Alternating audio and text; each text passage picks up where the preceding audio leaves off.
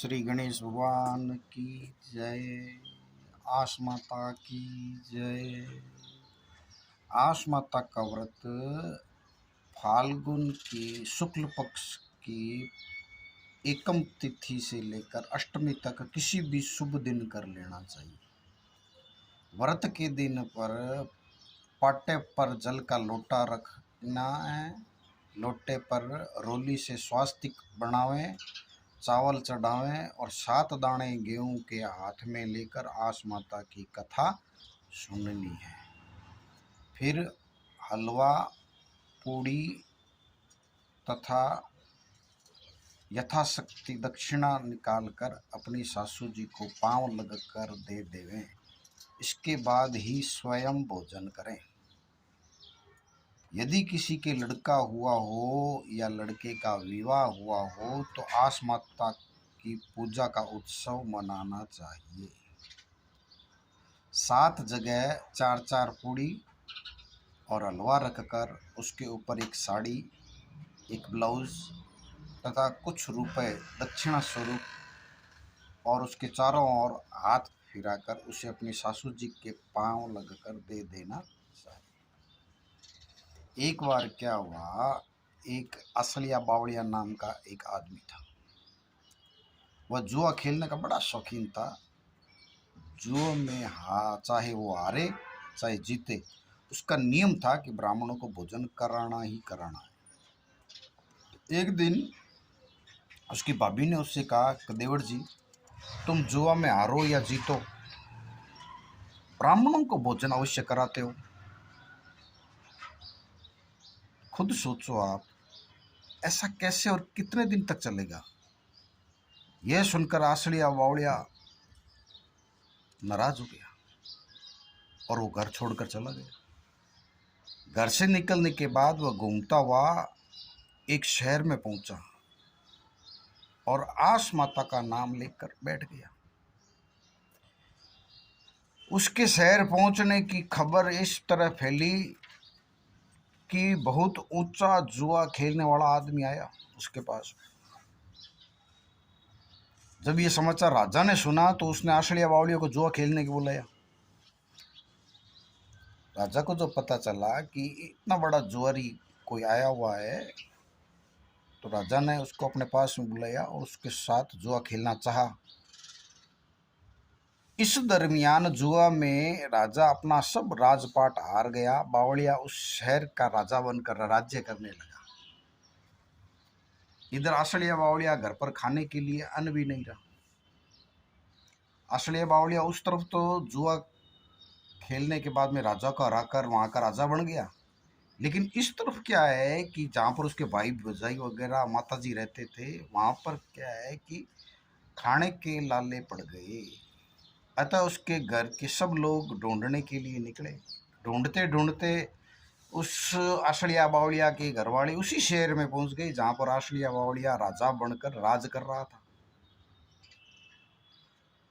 इस बात का पता जब उसके घर वालों को, भाई भाभी को और माँ को पता लगा तो उसकी माँ को आंखों के अंदर आंसू आ गए और वो कहने लगी कि बावड़िया नाम का मेरा भी एक लड़का हुआ करता था जो जुआ खेलता था, इसलिए मैंने उसे घर से निकाल दिया।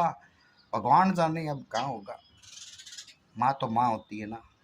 ऐसा कहकर अब पूरे पल्ले से आंसुओं को आंखों से पोंछने लगी। इतना सुनते ही नया राजा बोल उठा कि अरे माता, तेरा वो लड़का मैं ही हूँ। माँ, तुम्हारी करनी तुम्हारे साथ है और हमारी करनी हमारे साथ है। तब उसकी माँ ने उस आसड़िया बावड़िया से कहा कि तुम अब मेरे साथ अपने घर चलो, मैं आस माता का उजमन करूँगी। तब सब लोगों ने अपने घर जाकर आस माता का उजमन किया। आसड़िया बावड़िया सुख से राज्य करने लगा। हे आस माता, जैसे तुमने आसड़िया बावड़िया को राजपाट दिया वैसा ही सबको देना, सबके घर सुख संपत्ति करना, स्वास्थ्य देना। जय आस माता। किसी एक नगर में एक अंधी बुढ़िया माई अपने बेटे और बहू के साथ में रहते थे। नगर का माहौल बड़ा ही सौम्य और सुंदर था। वे लोग बहुत गरीब थे। बुढ़िया माई रोज गणेश जी की पूजा करती थी। एक दिन गणेश जी उस बुढ़िया माई से बहुत प्रसन्न हुए और बोले कि मुझसे कुछ मांग लो माई। तो माई बोली कि मुझे कुछ मांगना नहीं आता। तब गणेश जी बोले तेरे बेटे से पूछ ले, तेरी बहू से पूछ ले। तब वो अपने बेटे से पूछी। तो बेटा बोला माँ गणेश जी से धन मांग लो। बहू से पूछा तो उसने कहा पोता मांग लो। तब माई ने सोचा ये दोनों तो अपने मतलब की बात मांगने को कह रहे हैं। सो उसने पड़ोस से पूछा। पड़ोसन बोली कि अरे मैया तू क्यों तो धन मांगे, क्यों पोता मांगे, कुछ अपने लिए भी मांग। अपने लिए दीदा गोड़ा यानी आंखें और घुटने मांग ले। तब घर आकर माई ने सोचा एक ऐसी चीज मांगनी चाहिए जो बेटे बहू को भी राजी हो जाए और अपना मतलब भी सरल हो जाए। दूसरे दिन गणेश जी आए और कहने लगे माई कुछ मांग ले। तो बुढ़िया माई बोली दीदा गोडा देव सोनेरा, कटोरे में पोते को दूध पीता देखूं, अमर सुहाग देव निरोगी काया देव, देव सभी को सुख देव। तो भगवान गणेश जी बोले अरे राम जी, माई तू तो कहती थी मुझे कुछ मांगना ही नहीं आता, तूने तो मेरे को ठग लिया। सब कुछ तो मांग लिया, पीछे रह क्या गया है। और बड़ी चाव से बोली थी मुझे तो मांगना नहीं आता। पर ठीक है, सब ऐसा ही होगा, तथास्तु। और श्री गणेश भगवान वहां से अंतर ध्यान हो गए। बुढ़िया माई के वैसा ही सब कुछ हो गया जैसा कि उसने मांगा था। अतः हे गणेश भगवान, हे मंगल करण, हे विघ्न हरण, जैसा बुढ़िया माई को दिया वैसा सब भक्तों को देना।